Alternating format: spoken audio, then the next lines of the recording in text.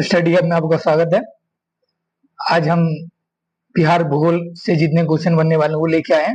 25 question करके daily लेके आते हैं।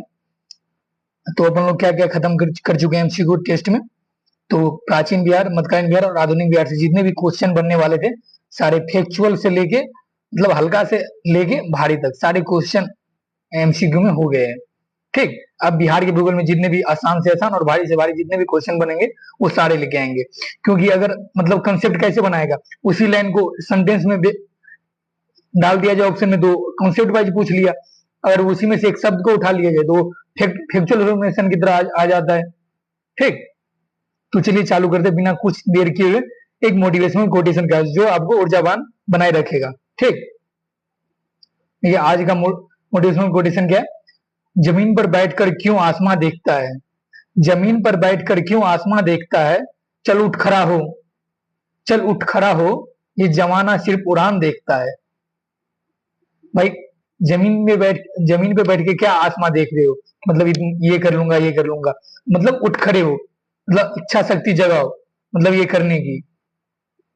क्योंकि नहीं बोलता है परों को खोल जमाना उड़ान देखना चाहती है, तो वही परों को खोली इच्छा शक्ति को जगाइए। ठीक, चलिए चालू करते हैं। क्वेश्चन देखें, बिहार का कुल भौगोलिक क्षेत्रफल, ये तो बहुत आसान लग रहा होगा आप लोगों का। ठीक, तो बता ही दीजिए कमेंट सेक्शन में क्या होगा भाई। 94,161, 94,162, 94,163, 94,164 वर्ग किलोमीटर बताइए। तो आप बोलेंगे भाई ये भी क्वेश्चन है क्या? तो कोई बता देगा यार 94,163 वर्ग किलोमीटर बचपन से पढ़ते आ रहे हैं, वो बस में मिलता था जनरल नॉलेज, उसमें भी लिखा था, तब से ही पढ़ते आ रहे हैं हम लोग। हाँ भाई बात तो सही है, तब से ही सच में पढ़ते आ रहे हैं। इसका आंसर हुआ आपका बी। पेन ले लेते हैं भाई। ठीक, अगला क्वेश्चन देखते हैं, इसको इधर ले आते हैं। रुकिए, बस। बिहार का भौगोलिक क्षेत्रफल भारत के कुल क्षेत्रफल का हिस्सा कितना? तो बोल रहा है कि मतलब भारत के क्षेत्रफल में बिहार के भौगोलिक क्षेत्रफल का हिस्सा कितना है, तो भारत में बिहार का हिस्सा कितना है? तो ऑप्शन देखिए, 2 जब क्विक रिवीजन का पहला क्लास किए थे उसी दिन ये सारे टॉपिक कवर भी किए थे अपन लोग बिहार परिचय के माध्यम से। ठीक, तो जो लोग नहीं देखे वो वीडियो डिस्क्रिप्शन में लिंक है, जाके तुरंत देखे और अपने रिवीजन को दोहराए जितना बार उतना बार रिवीजन करिए जब तक एग्जाम पास ना आ जाता। ठीक, देखिए इसका ऑप्शन देखते हैं, 2.85%, 2.86%, 2.87%, 2.88%। तो बताइए इसमें क्या होगा? तो आप फिर बोलोगे भाई इतना आसान क्वेश्चन लेके क्यों आते हो? बोले भाई, बोले ना आसान से आसान, और आसान किसी को होगे भाई? जो बन रहा है आपसे तो वो तो आसान है, जो नहीं बन रहा वो भारी हुआ क्वेश्चन। तो बताओ भाई, ये तो फैक्चुअल इन्फॉर्मेशन है भाई। सब में 2.50, 85, 86, 87, 88 दिया हुआ है, तो अगर इसमें न पता हो तो भारी लगेगा ना, ये है कि नहीं? तो बताओ भाई।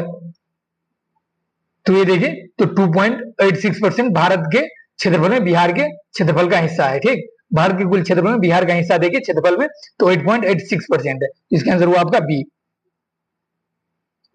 देखिए अब क्षेत्रफल की दृष्टि से भारत में स्थान कौन सा है? बिहार का क्षेत्रफल की दृष्टि से भारत में कौन सा स्थान है? बिहार का, ये है इसका। ठीक, तो देखिए 11वां, 13वां, 12वां, 14वां, तो बताइए भाई। और एक बात बताएं, भारत में हम प्रथम स्थान पर कौन है क्षेत्रफल की दृष्टि से? तो वो देखिए वो कौन सा राज्य है? तो राजस्थान, ये भी ध्यान रखें, राजस्थान है। ठीक, तो इसका आंसर हुआ आपका, बताइए कमेंट सेक्शन में। ये तो आसानी है भाई, तो ये हुआ आपका बर्मा। और देखिए जनसंख्या की दृष्टि से बिहार का स्थान भारत में कितना है? तो तीसरा। ठीक, तीसरा बिहार का स्थान है। और पहला किसका है? तो पहला स्थान देखिए जनसंख्या की दृष्टि से तो महाराष्ट्र का है, और दूसरे पे यूपी है, तीसरे पे बिहार। ठीक, आर्कियन युग की चट्टानों को कितने भागों में बांटा गया है? तो बताओ भाई, 2, 4, 3, 5 कितने भागों में बांटा गया आर्कियन युग के चट्टानों को? तो बताओ भाई कमेंट सेक्शन में। ये बिहार भूगोल के पहले ही चैप्टर का ये क्वेश्चन जितने बनने वाले थे वो सारे क्वेश्चन आपके लिए लाए हैं। ठीक, अगर क्वेश्चन आप कमेंट सेक्शन में बताइए, अगर क्वेश्चन कैसा लग रहा है, आप लोग बताते भी नहीं हो, ठीक। आप लोग टाइमिंग बता दिया करो किस टाइम वीडियो अपलोड करें, क्योंकि अभी कंफ्यूजन ये हो रहा है कि कब वीडियो अपलोड किया जाए, ये ना शाम में अपलोड किया जाए, सुबह में किया जाए, ठीक। तो बताइए इसका ऑप्शन क्या होगा। तो देखिए आर्कियन युग की चट्टाने दो भागों में बांटा गया है, ठीक। और वो दो भाग कौन सा है, तो देखते हैं। आर्कियन क्रम की चट्टाने, ठीक,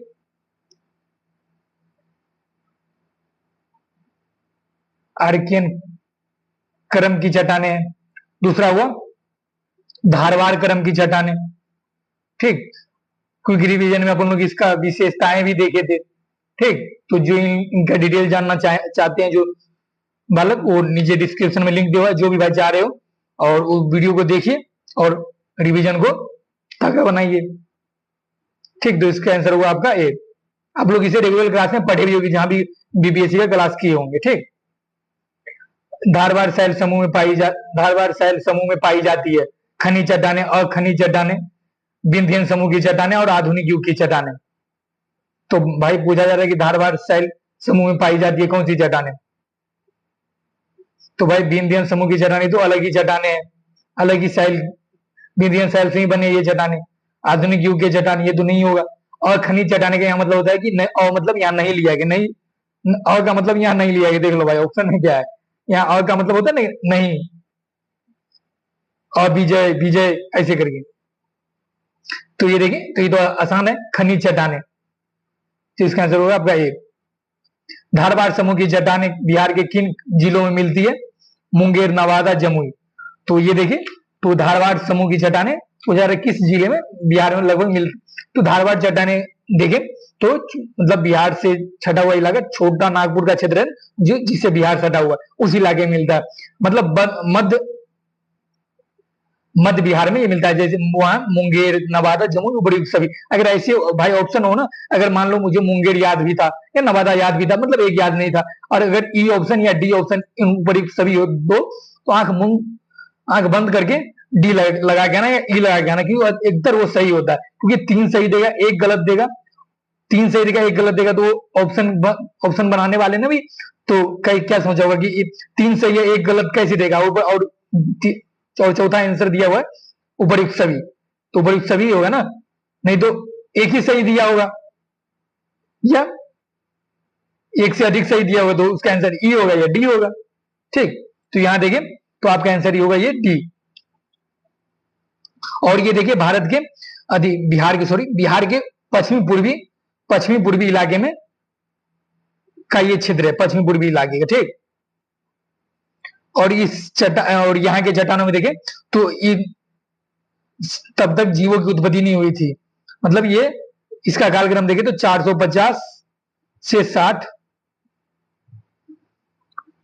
करोड़ वर्ष का समय बताया गया, ठीक, काल बताया गया, करोड़ वर्ष है ये। तो इस समय जीवों की उत्पत्ति नहीं हुई थी, तो भाई तो जीवाश्म नहीं मिलेंगे, क्योंकि वो जीवाश्म तो जीवों के अवशेष या पेड़ पौधे के अवशेष ही तो बनेंगे ना। तो जीवाश्म इस क्रम आर्कियन या धारवाड़ या आर्कियन क्रम की चट्टानों में जीव पूछा जाए तो जीवाश्म नहीं मिलते हैं, ठीक। गया मुंगे और देख, और यहाँ समझिए भी ले कि आर्कियन, ये तो देख लिए कि दो समूह में बांटा जाता है, और धारवाड़ समूह की चट्टाने मुंगेर और नवादा और जमुई में मिलता है, लेकिन आर्कियन क्रम की चट्टाने कहाँ मिलते हैं, तो ये देखिए, तो गया मुंगेर तो मिलता ही है, प्लस में गया और शेखपुरा, ठीक। अब अगला क्वेश्चन देखिए, बिहार के किन जिलों में आर्कियन क्रम की चट्टाने पाई जाती, गया, शेखपुरा और मुंगेर। अभी जस्ट पिछले स्लाइड में बताया, तो उपयुक्त डी। सेमरी क्रम की चट्टाने पाई जाती रोहतास, भागलपुर, पूर्णिया, मुजफ्फरपुर। तो भाई ये सेमरी क्रम की चट्टाने, पहले ये किस शैल क्रम की चट्टाने, पहले ये समझ लेनी चाहिए। ये देखें तो ये विंध्यन समूह की संरचना से ये बना है, और विंध्यन समूह को देखें तो इसे दो भागों में बांटा गया, एक विंध्यन और एक उच्च विंध्यन में बांटा गया है।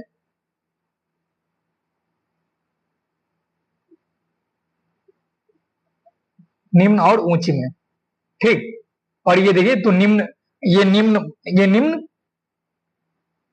ये निम्न भाग का निम्न विंध्यन समूह की चट्टानें हैं, सिमरी, ठीक। और ये देखिए ये सिमरी बनता कैसे, ये भी जानना है। अगर सिमरी पूछा जाए बनता कैसे, तो ये जैसे नदी मतलब बड़ी नदी का मुहाना हुआ ना, उससे लाए गए अवसादों से वो बनता है सिमरी, करम की चट्टानें, ठीक। तो ये रोहतास में ये मिलता है प्रमुखता। तो इसका आंसर होगा आपका ए। अगला क्वेश्चन, ठीक।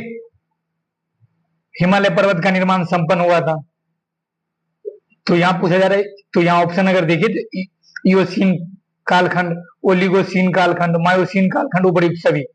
तो अगर ये पूछा जाए कि हिमालय पर्वत पूर्णम से संपन्न, अगर एक ऑप्शन देना हो इस क्वेश्चन का, तो इयोसीन कालखंड होगा, ठीक। अगर इसमें तीनों ऑप्शन दिया हुआ है और चौथा ऑप्शन उपयुक्त सभी दिया है, क्योंकि हिमालय का विस्तार अभी हो ही रहा है, तो इसमें उपयुक्त डी आंसर होगा, ठीक। अगर यहां देखें तो ओलिगोसीन कालखंड के बारे में देखें, तो ये संक्रमण कालीन कालखंड इसे माना जाता है, ओलिगोसीन काल को, ठीक। और इस युग में पहली बार बिल्लियां, कुत्ते और घोड़े स्तनधारी के अवशेष दिखाई देते हैं, और इसमें पहली बार घास भी दिखाई देते हैं, ठीक।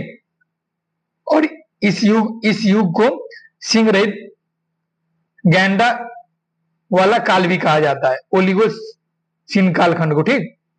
और मायोसीन कालखंड के बारे में जाने, तो मायोसीन कालखंड के बारे में देखें तो इस कालखंड में पौधे और जानवरों का बहुत विकास हो चुका था। ये इसका अगला चरण है, तो ये इसमें बहुत विकास हो चुका था। और इस युग में देखें तो अमेरिकन प्रेरी मैदान की घासों का विकास भी हो चुका था।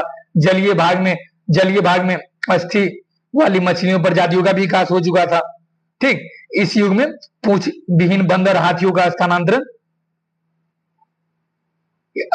अफ्रीका और यूरोप जैसे देशों में, इलाकों में हो चुका था, मायोसीन कालखंड में, ठीक। और इयोसीन कालखंड में देखें तो इयोसीन कालखंड में ये तो पूर्ण रूप से हिमालय पर्वत का विकास इसी में हुआ था, लेकिन अभी तक हिमालय का विकास हो ही रहा है। यूरेशियन प्लेट का भारतीय प्लेट का यूरेशियन प्लेट टकराने से अभी तक हो ही रहा है, हिमालय पर्वत का विस्तार हो ही रहा है ना। तो इस दौरान देखें तो मतलब इयोसीन कालखंड में देखें तो पृथ्वी का तापमान गर्म और आर्द्र समशीतोष्ण उष्णकटिबंधीय वन व्यापक रूप से वाली घास के मैदान पाए जाते हैं, और टेम्परेचर वाली घास के मैदान सीमित थे इस कालखंड में। इसमें थोड़ा ज्यादा हुआ और बहुत आयत रूप में मायोसीन कालखंड में देखा गया, ठीक। और समुद्र स्तर पर देखें तो महाद्वीपों के बड़े बड़े हिस्से जलमग्न हो गए, इयोसीन कालखंड का विशेषता के रूप में देखे तो। अब अगला देखते हैं क्वेश्चन, हिमालय के दूसरे एवं तीसरे उत्थान के क्रम में बिहार के किन क्षेत्रों का निर्माण हुआ? शिवालिक, गंगा का मैदान, सिंधु गंगा श्रेणी, उपयुक्त सभी। तो यहाँ देखिए तीसरे उत्थान के बारे में देखिए तो ये तीसरे उत्थान शिवालिक श्रेणी के रूप में हुआ है। दूसरे देखे तो गंगा के मैदान और सिंधु गंगा के मैदान और सिंधु गंगा के मैदान के रूप में हुआ है, तो उपयुक्त इसका सभी आंसर होगा, जो अपन लोग ग्रुप डिवीजन क्लास में रिवीजन भी किए थे, ठीक। अगला क्वेश्चन देखिए, बिहार का कौन सा भाग सबसे पुराना है? पूर्वी भाग, दक्षिण भाग, मध्य भाग, उत्तरी भाग। बताओ भाई बिहार का कौन सा पुराना भाग है? प्रायद्वीपीय पठार वाली भाग, प्रायद्वीपीय भारत का दक्षिण भाग, क्योंकि वहां लावा के ज्वालामुखी के उद्गार से लावा का मतलब विस्तार हुआ है ना, तो उससे वो प्रायद्वीपीय पठार के रूप में परिवर्तित हो गया। तो यहाँ देखिए पूछा कौन सा भाग सबसे पुराना है, तो दक्षिणी भाग सबसे पुराना है। इसका आंसर होगा आपका बी। उच्छ्वास की दृष्टि से देखें तो बिहार की भूमि को बांटा गया है, तो हिमालय का पर्वत पदीय क्षेत्र, हिमालय का विशाल मैदान क्षेत्र और दक्षिण भाग का सीमांत पठारी क्षेत्र, और इसमें दिया ऊपर सभी। तो इस वाले में तो ऊपर सभी वाले में तो सोचना भी नहीं पड़ता बालक, है ना भाई, सोचना क्या पड़ना, डी लगा आंसर सही होगा। और वैसे भी अपन लोग रिवीजन भी करें, पता भी होगा आप लोगों को। बिहार के शिवालिक पर्वत श्रेणी को स्थानीय उच्चावच के आधार पर बांटा जा सकता है। शिवालिक पर्वत श्रेणी को बोल रहा है बांटा जा सकता है। तुम देखो भाई, दक्षिण श्रेणी का निम्न पहाड़ी भाग, उत्तर पूर्व घाटी, दक्षिण श्रेणी का निम्न पहाड़ी भाग ये हुआ, और ये बोला उत्तर पूर्व वाली घाटी ये हुआ, सुमेश्वर श्रेणी और उपयुक्त सभी। तो इसमें भाई उपयुक्त सभी है आंसर, जो अपन लोग रिवीजन क्लास में रिवीजन भी करे थे। और इस सब का आप लोग ज्यादा डिटेल जानना चाहते होंगे तो डिस्क्रिप्शन में लिंक दिया हुआ, उस पर क्लिक करिए और सारा वीडियो देखिए, ठीक। क्योंकि एमसीक्यू टेस्ट वाले में तो ऐसे ही क्वेश्चन लेके जाएंगे ना, आपको बताएंगे, उसके बैकग्राउंड में कुछ होगा तो बता देंगे, और इतना ज्यादा डिटेल में नहीं जा सकते ना, क्योंकि टाइम की पाबंदी को देखा जा सकता। देखते हैं, गंगा का उत्तरी मैदान बिहार के कुल कितने क्षेत्रफल का प्रतिशत है? तो गंगा का उत्तरी मैदान बिहार के कुल क्षेत्रफल का प्रतिशत कितना प्रतिशत है ये पूछा जा रहा है। 62.83% देके, 64.84% देके, 62.85% देके, 62.86% देके। तो बताइए भाई, ये तो एकदम फैक्चुअल इन्फॉर्मेशन हुआ आपके लिए और हमारे लिए भी भाई। फैक्चुअल इन्फॉर्मेशन याद रखना मुश्किल ही नामुमकिन भी होता है। तो बताओ भाई कौन सा होगा इसका आंसर? ये देखिए, तो ये बिहार के कुल क्षेत्रफल का 62.86% है, ठीक। उत्तरी बिहार के मैदान की नदियों से यहां निर्माण हुआ है दियारा, चौर, उड़ान झील। तो भाई बोल रहा उत्तरी बिहार के मैदान से क्या क्या निर्माण हुआ है? तो बताओ भाई क्या क्या निर्माण हुआ है? दियारा, चौर, उड़ान झील। तो इसमें ऊपर दिया गया उड़ान ने भाई छारन झील है, ठीक। तो बताओ भाई इसमें कौन सा आंसर होगा? इसमें बोलोगे भाई सोचने वाली बात है, डी दिया ऊपर सभी, ठीक। तो भाई यहां देखें तो चौर देखें तो चौर कहते किसे हैं ये भी जान लेते हैं कि चौर कहते किसे हैं। तो ये देखिए उत्तरी गंगा के मैदान के निम्न भूमि जो जहां वर्षा के पानी भरा रहता है, जहां वर्षा का पानी उत्तरी बिहार में भरा रहता है उसे चौर या मन कहते हैं, चौर या मन, ठीक। और दियारा तराई भाग को कहते हैं, और छारन झील पानी गिरता है ना उसे झारन झील। तो उपयुक्त सभी इसका आंसर होगा। नवीन जलोढ़ मिट्टी बिहार के किस जिले में पाई जाती है? दरभंगा, पूर्णिया, सहरसा। भाई उत्तरी बिहार के जितने भी जिले होंगे ना उसमें अधिकतर नवीन जलोढ़ मिट्टी, उपजाऊ मिट्टी मिलेगी। आप बताओ कि नवीन जलोढ़ मिट्टी को क्या कहते हैं कमेंट सेक्शन में, और पुरानी जलोढ़ मिट्टी को क्या कहते हैं? तो इसका आंसर होगा उपयुक्त सभी। हम ही बता देते हैं, नवीन जलोढ़ मिट्टी को खादर कहते हैं और पुरानी जलोढ़ मिट्टी को बागर कहते हैं, ठीक। बिहार के दक्षिणी सीमांत पठारी प्रदेश में किस तरह की चट्टानें पाई जाती है? नीस, शिस्ट, ग्रेनाइट, उपयुक्त सभी। तो पठारी क्षेत्र में मतलब ज्वालामुखी उद्गार के रूप से में निकलते हैं ना, तो उससे नीस, शिस्ट, ग्रेनाइट बनते हैं, ठीक। तो इस तरह की चट्टानें दक्षिणी सीमांत पठारी क्षेत्र में देखने को मिलते हैं। जिधर ज्वालामुखी उद्गार निकलेंगे उधर ही तो ये सब मिलेगा। उत्तरी बिहार में कहां से मिलेगा? उत्तरी बिहार में बाढ़ के बारे में पूछ लो भाई तो उससे पता चलेगा। इसका आंसर होगा आपका डी। बिहार के उत्तरी गंगा के मैदानी भाग का निर्माण हुआ है सोन और कोसी नदी के निक्षेप से, गंगा और उसकी सहायक नदियों के निक्षेप से, गंगा और सोन नदी के निक्षेप से, गंडक और घाघरा नदी के निक्षेप से। तो बताओ भाई बिहार के उत्तरी गंगा के मैदानी भाग का निर्माण कैसे हुआ है ये पूछा जा रहा है आपसे। तो भाई पहले तो गंगा जी जिसमें उसको तो मान ही लो। मानना क्या है ही भाई, गंगा पूछा ये गंगा के उत्तरी मैदान तो गंगा ही नहीं होगा, और ये गंडक, घाघरा। तो पहले तो ए और डी कट गया। अब बी और सी में देखें तो यहाँ पूछा जा रहा है कि गंगा और सोन नदी, बी देखे तो गंगा और उसकी सहायक नदियों के निक्षेप से, गंगा और सी देखे तो गंगा और सोन नदी के निक्षेप से। तो गंगा की सहायक नदी सोन नदी तो है ही, तो एक ही सहायक नदी थोड़ी ना भाई, तो ये भी आंसर गलत है क्योंकि और भी सहायक नदी है ना, तो गंगा और उसकी प्रमुख सहायक नदियों की वजह से। तो इसका आंसर होगा बी। गंगा नदी के दक्षिणी भाग में फैले बिहार के क्षेत्र को क्या कहा जाता है? मगध का मैदान, अंग का मैदान, गंगा सोन का द्वार। तो उपयुक्त सभी। इसका आंसर होगा आपका डी, उपयुक्त सभी। गंगा के दक्षिणी मैदान को बांटा जा सकता है सोन गंगा का द्वार, मगध का मैदान और अंग का मैदान, उपयुक्त सभी। दे दिया होगा, इन सब में तो सोचना भी नहीं है भाई, क्योंकि ये दोनों सही है, तो ये गलत थोड़ी ना दिया होगा। ऑप्शन भी नहीं, ए भी दिया भी नहीं है, तो डी तो होगा ही। कैमूर कैमूर का पठार कितने वर्ग किलोमीटर क्षेत्र में फैला है? तो बता भाई कैमूर का पठार, तो पहले ये देखें तो किस क्षेत्र में है, तो मध्य प्रदेश और उत्तर प्रदेश के विंध्यन चट्टान से मिलते, विंध्यन संरचना के चट्टान से मिलते हैं कैमूर का पठार। ठीक, और ये देखिए तो पूर्वी और इसका देखिए तो पूर्वी विस्तार के पूर्वी विस्तार हुआ है इसका। ठीक, और पूर्वी विस्तार, तो इसे पूर्वी विस्तार हुआ तो इसे कैमूर का पठार कहा जाता है। और इसका फैलाव देखें, क्षेत्र कितने क्षेत्र पर फैलाव है, तो 1280 किलोमीटर क्षेत्र पर, तो इसका आंसर होगा आपका डी। बिहार को धरातलीय स्वरूप के आधार पर कितने भागों में बांटा गया है? तो भाई बताइए, बिहार के धरातलीय स्वरूप के आधार पर कितने भागों में बांटा गया है बिहार को? धरातलीय स्वरूप, इसको अंडरलाइन करिए। आप जब भी क्वेश्चन बनाते हो ना, तो मेन पॉइंट को नोट डाउन मतलब कलर कर लीजिए, मतलब 3 से 2 दिन में कर दीजिए कि हाँ मतलब धरातलीय स्वरूप के आधार पर पूछा जा रहा है, न कि किसी और चीज के आधार पे।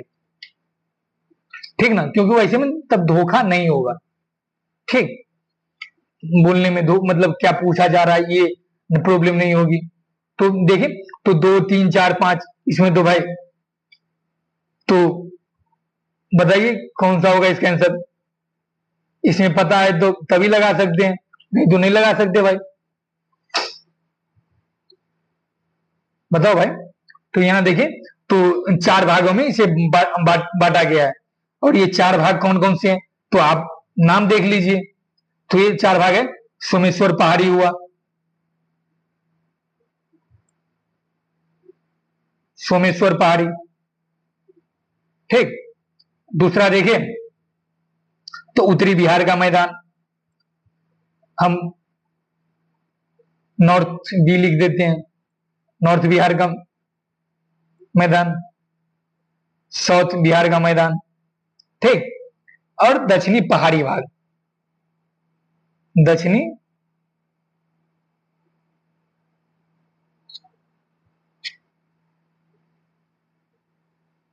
पहाड़ी भाग। ठीक, तो ये चार है, 4 भागों में बांटा गया। उत्तरी बिहार के मैदान को कितने भागों में बांटा गया है, विभाजित किया गया है?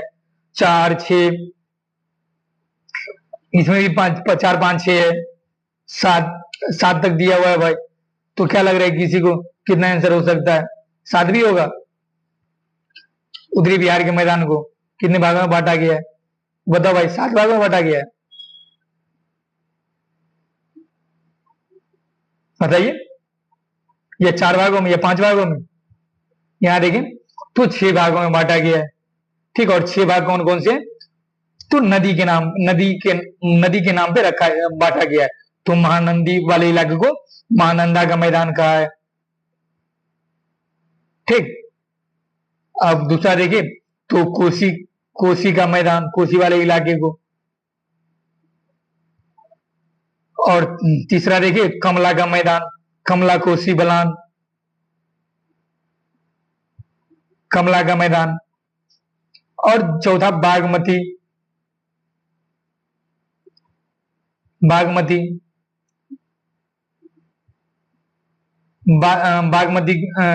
दरभंगा सर किस नदी के किनारे बसा है? तो बागमती नदी के किनारे।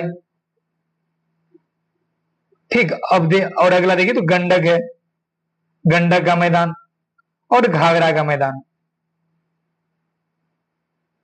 ठीक, तो इसका आंसर आपका 6 हुआ। बिहार के उत्तरी पश्चिमी भाग में स्थित शिवालिक श्रेणी की पहाड़ी का निर्माण किस काल में हुआ है? प्लेस्टोसीन काल में, इयोसीन काल में, मायोसीन काल में? तो किस काल में हुआ है भाई? बोल रहा है कि बिहार के उत्तरी पश्चिमी भाग में स्थित शिवालिक श्रेणी के बारे में पूछा जा रहा है। तो बताओ भाई किस काल में हुआ है? इयोसीन में देख ले, हिमालय का पूर्ण रूप से हुआ है। मायोसीन का भी विशेषता आप लोग देख लिए। ठीक, तो कहीं भी इयोसिन और माइसिन में कहीं भी देखे कि वहां पे चर्चा हुई है कि शिवालिक श्रेणी के पहाड़ी का निर्माण हुआ है? कहीं भी चर्चा नहीं ना देखे। तो ये देखिए तो प्लेस्टोसीन काल है, इसमें इसे हिमयुग और अंतर हिम नदीय जलवायु चक्रों का क्रम के रूप में जाना जाता है इस युग को। ठीक, ये उत्तरी गोलार्ध में बर्फ की बड़ी चादरों से ढकी वाली संरचना के रूप में इसे जाना जाता है। इस युग में एक बड़े जानवर के उदाहरण भी दिए जाते हैं जिसे मैगफोना कहा जाता है। मैगफोना, याद रखें, मैगफोना। इस युग युग के दौरान देखें तो मनुष्य मुख्यतः पहली बार ऑस्ट्रेलिया पहुंचे थे। तो किस युग में पहली बार मनुष्य ऑस्ट्रेलिया की तरफ पहुंचे थे? तो प्लेस्टोसीन युग में। और इसके बाद हेलियोसिन युग आ गया और आज तक जारी है हेलियोसिन युग। अपन लोग हेलियोसिन युग में जी रहे हैं। तो ये देखिए, तो इसका आंसर होगा आपका प्लेस्टोसीन काल। ये हिमालय का निचला भाग है, शिवालिक श्रेणी। बिहार का सबसे ऊंची पहाड़ी गया की पहाड़ी, सोमेश्वर श्रेणी की पहाड़ी, कैमूर की पहाड़ी, खड़गपुर की पहाड़ी। तो बताओ भाई कौन सी बिहार की सबसे ऊंची पहाड़ी है? सोमेश्वर श्रेणी की पहाड़ी है या गया की पहाड़ी है? बताओ भाई कौन सी पहाड़ी है?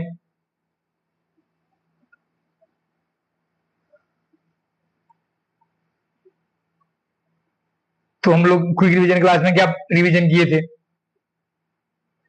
तो ये बिहार की सबसे ऊंची पहाड़ी के रूप में किसे जाना जाता है? तो सोमेश्वर श्रेणी के पहाड़ी को जाना जाता है। ये सबसे बिहार की सबसे ऊंची पहाड़ी है। ठीक, तो इसका आंसर क्या होगा आपका? देखिए तो सी हुआ आंसर। ठीक, ये उल्टा पुल्टा हो गया ऑप्शन। बिहार के उत्तरी मैदानी खंड को कौन सी नदी दो भागों में बांटती है? पूछा जा रहा है बिहार के उत्तरी मैदान के खंड को कौन सी नदी दो भागों में बांटती है? तो बताओ भाई कौन सी नदी दो भागों में बांटती है?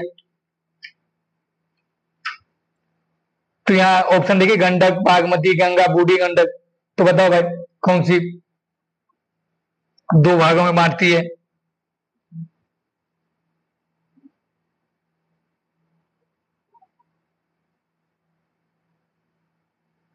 अरे भाई जिस नदी के किनारे जिस नदी के किनारे दरभंगा बसा है, बागमती नदी उत्तरी मैदान के दो खंडों में बांटती है। और कैसे? पूरब पश्चिम बांटती है। पूरब पश्चिम, पश्चिम और पूरब ऐसे करके बांटती है। ठीक, तो ये बागमती इसका आंसर होगा। गंगा नदी के दक्षिणी तट से छोटा नागपुर पठार तक फैला दक्षिणी बिहार का मैदान कितने किलोमीटर क्षेत्र में फैला है? तो बोल रहा है कि गंगा नदी के दक्षिणी तट से छोटा नागपुर पठार तक फैला दक्षिणी बिहार का मैदान। दक्षिणी बिहार का बेसिकली पूछा रहा है कि दक्षिणी बिहार का मैदान कितने किलोमीटर क्षेत्र तक फैला है। ऊपर छोड़िए ना भाई क्या लिखा है, बस मेन क्वेश्चन ये है। तो बताइए 35,667 किलोमीटर, 35,669 किलोमीटर, 33,668 किलोमीटर और 33,670 किलोमीटर। तो अपन लोग रिवीजन क्लास में रिवीजन किए थे कि दक्षिणी बिहार के मैदान का विस्तार देखें तो 33,670 किलोमीटर है। बिहार में दक्षिणी पहाड़ी भाग को कितने भागों में विभाजित किया गया है? तो बताओ भाई दक्षिणी पहाड़ी को कितने भागों में विभाजित किया गया है? तो 3, 4, 5, 6। देखो 3, 4 ऑप्शन कैसे दिया है, 3, 4, 5, 6।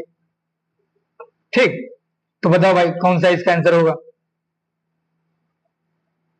ये पूछा जा रहा है, यहाँ ध्यान रखना, यहाँ मैदानी भाग नहीं पूछा जा रहा, पहाड़ी भाग। तो इसलिए अंडरलाइन कर लेना, मैदानी भाग नहीं पहाड़ी भाग पूछा जा रहा है।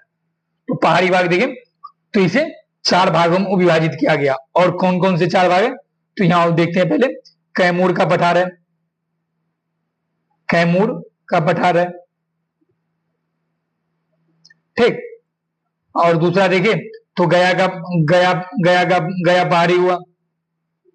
ठीक, तीसरा देखें तो नवादा।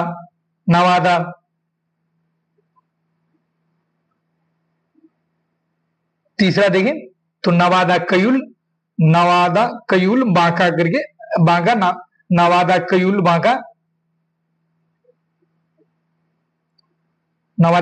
और चौथा देखें तो राजगीर पहाड़ी है। ठीक, ये राइटिंग मार्कर की वजह से ऐसा हो रहा है।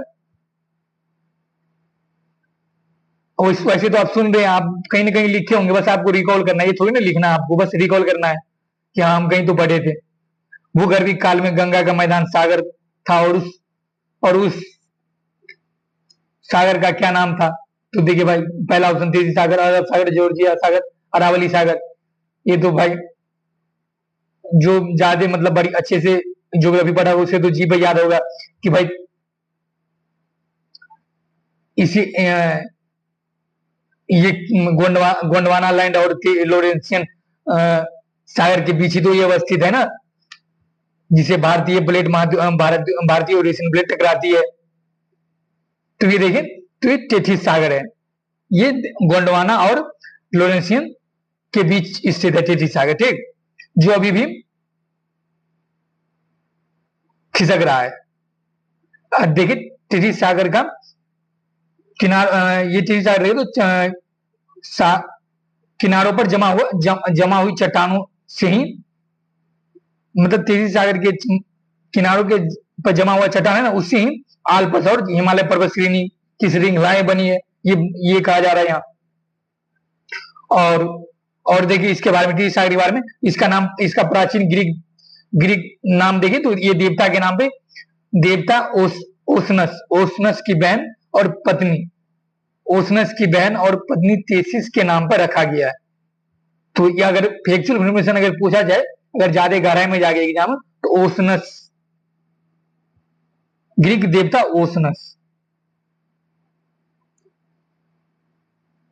ठीक, की बहन और पत्नी थेसिस के नाम पे रखा गया है, ठीक।